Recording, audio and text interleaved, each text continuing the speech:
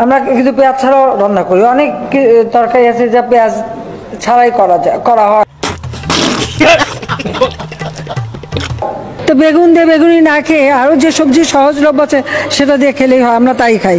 মিষ্টি কুমড়া দিয়েও খুব ভালো বেগুনি না বানায়, মিষ্টি কুমড়া দিয়েও বেগুনি বানানো যায়, সেভাবে আমরা করি, সেভাবে করা যায়।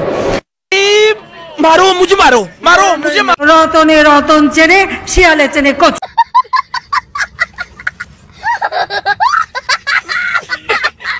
অনেকেই কিন্তু মাংস খেতে চায় না, মাংসের পরিবর্তে এখন কাঁঠাল, এবং এই কাঁচা কাঁঠাল, এই কাঁঠালের কাবাব হয়, কাঁঠালের বার্গার হয়। আমরা যদি 12 মাসই কাঁঠাল উৎপাদন করতে পারি, মাংসের পরিবর্তে কাঁঠালটা আমি কিন্তু করি আমাদের বাড়িতে, কাঁঠালে কাবাব করি, মাংসের পরিবর্তে কাঁঠালটা দিয়ে আমরা ওই স্বামী কাবাব বানানো বা বার্গার বানানো। কারণ এখন যেটা করতে হয় যে যখন কাঁঠালের সিজন আসে, কাঁচা কাঁঠাল একটু হলুদ দিয়ে সিদ্ধ করে ডিপ ফ্রিজে রেখে দিয়ে 12 মাস ব্যবহার করি। কাজে একটা জিনিস যেটাকে আমাদের জাতীয় ফল হিসেবে জাতির পিতা দিয়ে গেছে, কিন্তু কিছু ফেলা যায় না।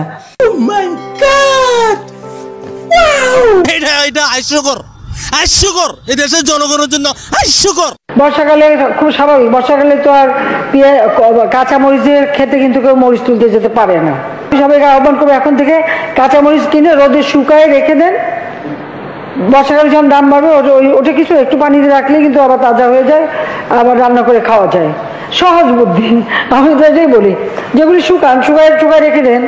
টমেটো, অতিরিক্ত টমেটো হয়েছে বলছে কি করবো, আমরা রোদে শুকায় রেখে দেন। পেঁয়াজেরও তাই, যখন উৎপাদন বেড়েছে। ক্লিয়ার না ভেজাল আছে? আমি কোটি কোটি টাকা আমি রোজগার করতেছি, আমার লাভটা কি? আমার বাপের অবস্থা দেখছস?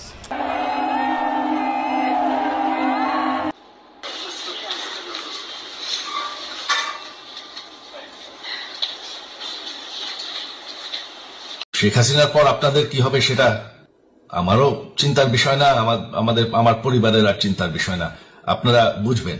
সুপ্রিয় দর্শক শ্রোতা, ভিডিওটা বিনোদনের জন্য, ভিডিওটা ভালো লাগলে একটা লাইক, কমেন্ট এবং আমার চ্যানেলটাকে সাবস্ক্রাইব করে রাখবেন নিত্য নতুন ভিডিও পাওয়ার জন্য। আর লাস্টে সজীব জয় যে কথাটা বলেছে, এটা কিন্তু একটা ভাববার বিষয়। এই কথাটা কিন্তু অনেকখানি সৌন্দর্যের কথা, কারণ এই কথার মাধ্যমে আপনারা বুঝতে পারবেন যে রাজনীতি জিনিসটা কি।